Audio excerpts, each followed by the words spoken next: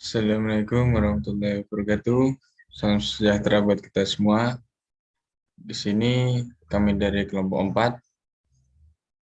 Ada saya sendiri dengan nama Gilang Satria Pambudi, absen 14 Irwan Setiawan Wijaya, absen 15 Jerry Rafli Firmansyah, dan absen 16 Lukman Qasim Nur Rafi.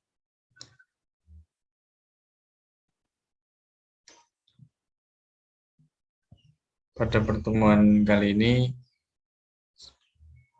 saya akan membahas tentang materi mekanik, sifat-sifat mekanik. Itu yang pertama, elasticity. Elastisitas adalah kemampuan suatu material untuk berdeformasi tanpa terjadinya perubahan yang permanen setelah tegangan dilepaskan. Energi yang diserap material dalam daerah elastis disebut dengan resilience. Ada juga modulus elastisitas.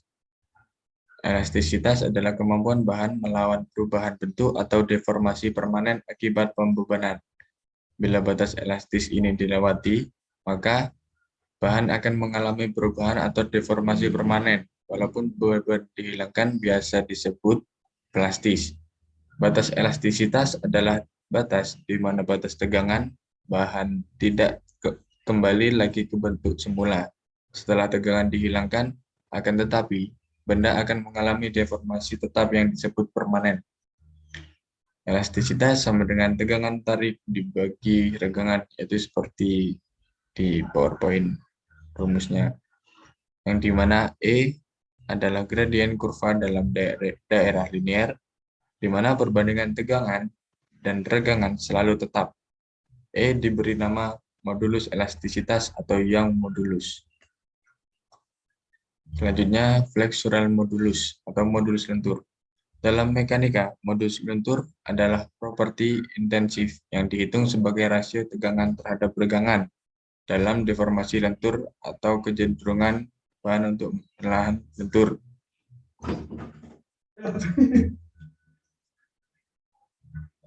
Untuk pengujian 3 titik balok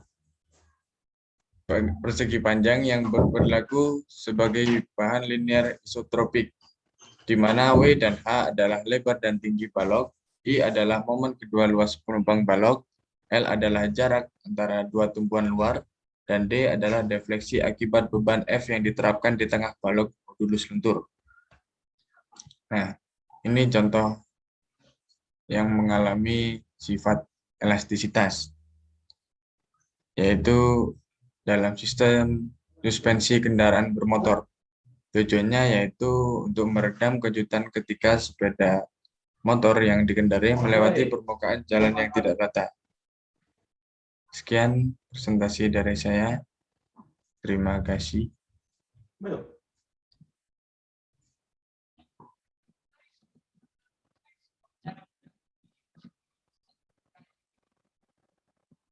Kali ini saya akan membawakan materi tentang strength.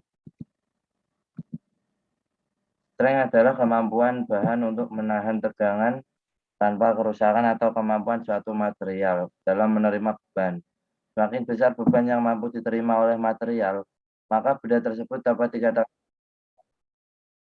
lagi terikat.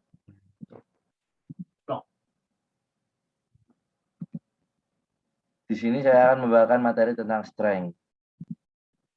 Strength adalah kemampuan bahan untuk menahan tegangan tanpa kerusakan atau kemampuan suatu material dalam menerima beban. Semakin besar beban yang mampu diterima oleh material, maka benda tersebut dapat dikatakan memiliki kekuatan yang tinggi. Dalam kurva stress-strain, kekuatan atau strength dapat dilihat dari suhu Y atau stres. Semakin tinggi nilai stresnya, maka material tersebut lebih kuat. Berikut adalah kurva stress-strain. Pengertian dari kurva tersebut.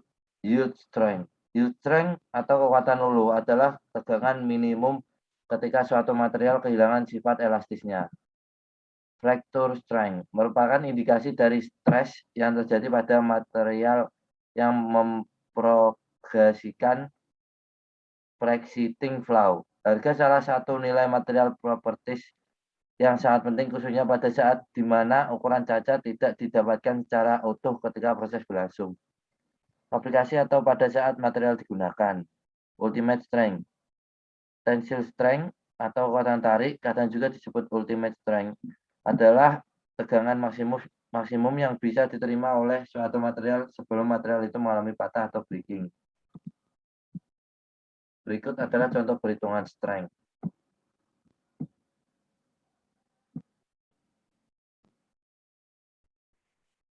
Sekian materi strength dari saya. Terima kasih.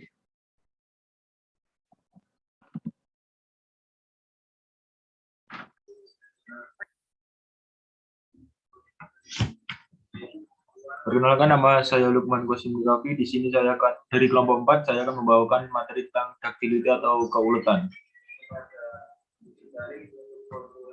Pengertian daripada ductility sendiri adalah keuletan bahan logam adalah sifat yang menunjukkan kemampuan bahan logam untuk bertambah panjang ketika diberi beban atau gaya tarik. Material dengan sifat keuletan memiliki kemampuan deformasi terhadap beban tarik sebelum akhirnya patah. Material yang mempunyai sifat ulet adalah material yang bisa ditarik menjadi kawat tipis panjang dengan gaya tarik tanpa mengalami kerusakan.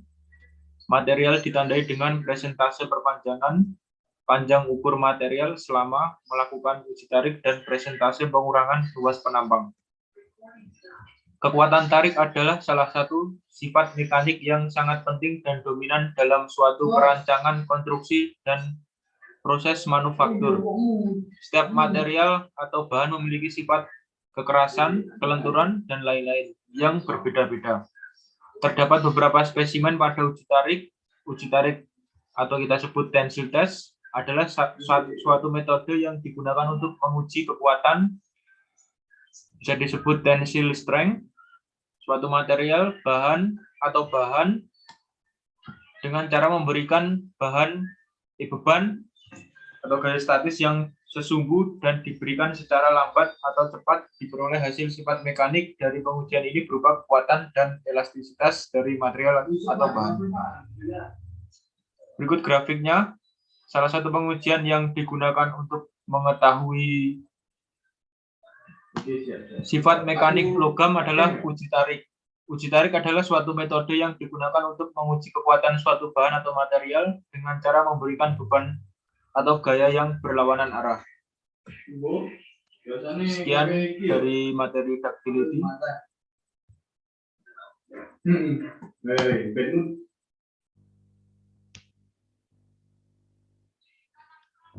Baik, di sini saya akan melanjutkan materi tentang toughness atau ketangguhan. Toughness atau ketangguhan ialah kemampuan material untuk menyerap sejumlah energi tanpa mengakibatkan kerusakan. Ketangguhan kombinasi yang bagus antara kekuatan dan elastisitas. Berikut adalah cara agar mengetahui luas di bawah grafik stress strain dari uji tarik. Toughness, ketangguhan merupakan kemampuan material dalam menyerap energi hingga terjadinya perpatahan. Ketangguhan suatu material bisa dinyatakan dalam modulus ketangguhan. Berikut adalah contoh rumus dan keterangan UT ialah modulus ketangguhan UTS, yield strength, regangan total pada saat putus. Merupakan kemampuan material untuk menyerap jumlah energi sampai dengan patah satuan ketangguhan satuan. Resiliensi bahan ulet, bahan tangguh, bahan getas, bahan tidak tangguh. Ketangguhan polimer, keramik, metal. Faktor-faktor yang mempengaruhi ketangguhan bahan, laju pembebanan atau strain rate atau rate of loading. Ketangguhan menurun ketika laju pembebanan meningkat. Suhu atau temperatur ketika suhu menurun, elastisitas dan ketangguhan juga akan menurun. Efek notch efek ialah distribusi suatu bahan akan menunjukkan ketangguhan yang bagus ketika diberi pada satu arah. Berikut adalah contoh Cherpi Impact Test. Terima kasih, sekian dari saya, Jerry Raffi Firmansyah, mengakhiri materi tongness atau ketangguhan.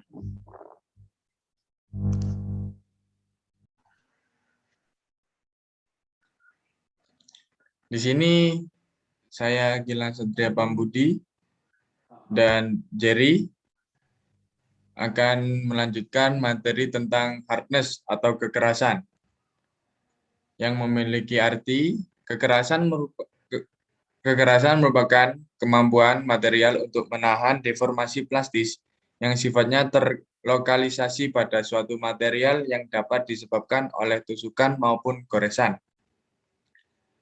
Berikut tabel skala pada pengujian dengan metode Rockwell dan superficial Rockwell.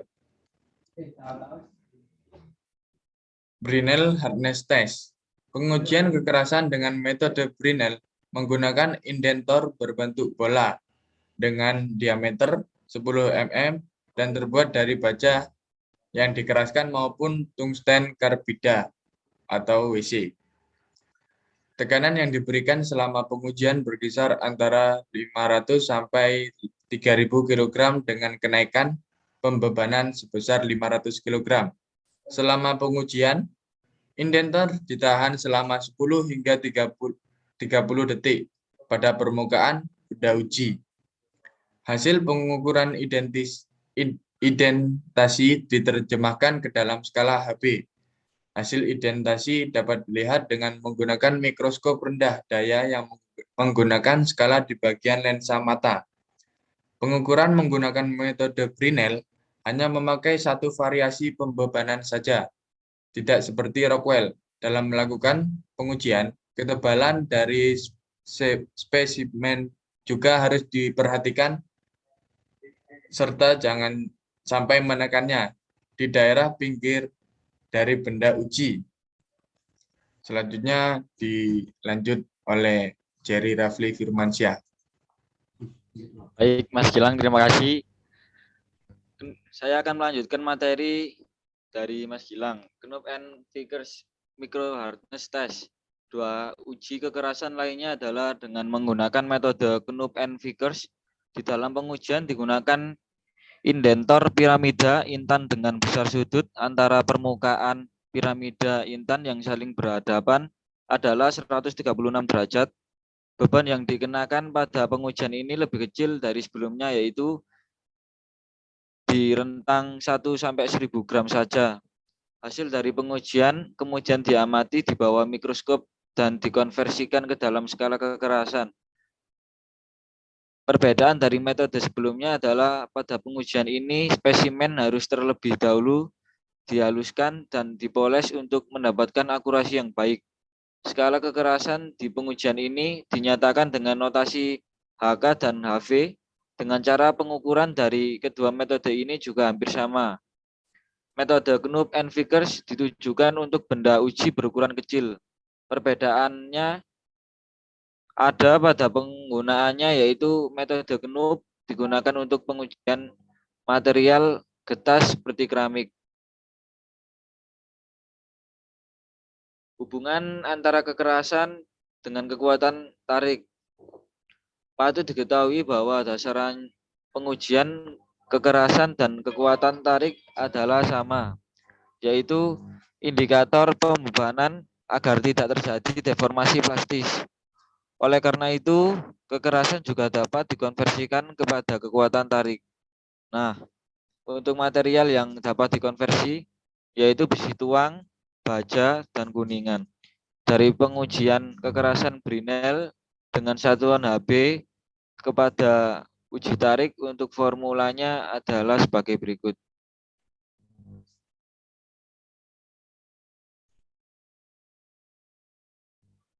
Hubungan kekerasan antara besi tuang, baja, dan kuningan. Berikut adalah bentuk tabel dari hubungan kekerasan antara besi tuang, baja, dan kuningan.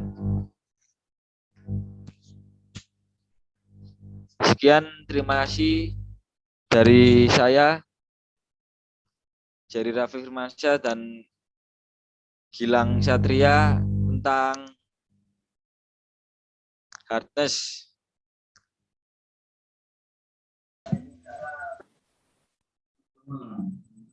Materi selanjutnya itu adalah fatigue atau lelah.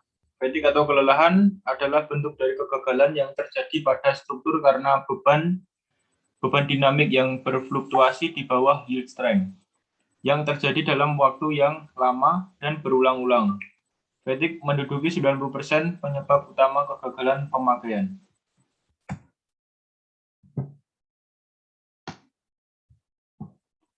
Material dapat mengalami kegagalan akibat beban yang jauh lebih kecil dari fracture strength-nya, namun terjadi berkali-kali. Kegagalan ini bisa disebut sebagai fatigue atau lelah. Berbahaya dalam dunia nyata karena dapat menyebabkan suatu struktur gagal tanpa peringatan. Dimulai di suatu titik yang disebut crack initiation dan mengalami perambatan atau yang disebut crack propagation. Fatigue test memiliki alat, yaitu alat untuk fatigue test atau biasa disebut mesin uji fatigue ini digunakan untuk menguji karakteristik fatigue, uji pertumbuhan praretak dan retak logam, umur kelelahan, dan komponen-komponen lainnya. Mesin ini bekerja sesuai dengan prinsip resonansi elektromagnetik dengan mengandalkan getaran elektromagnetik. Bentuk pengujian fatigue test dapat bermacam-macam. Salah satu yang paling umum adalah rotating bending test. Rotating bending test sendiri memiliki arti uji kelelahan yang memungkinkan untuk mengevaluasi ketahanan roda yang memanfaatkan momen lentur berputar yang diperoleh melalui massa tidak seimbang yang berputar. Tes ini memproduksi kondisi beban yang dialami roda saat digunakan. Fatigue test memiliki fungsi sebagaimana namanya, adalah sebuah alat atau mesin yang dapat dimanfaatkan untuk mengetahui karakteristik dan berbagai hal dalam komponen-komponen yang akan digunakan. Dengan melakukan pengujian fatigue, Anda bisa mengetahui apakah komponen yang dipilih layak atau tidak untuk digunakan. Berikut adalah gambar alat rotating bending test. Sekian dari kelompok kami. Terima kasih. Wassalamualaikum warahmatullahi wabarakatuh.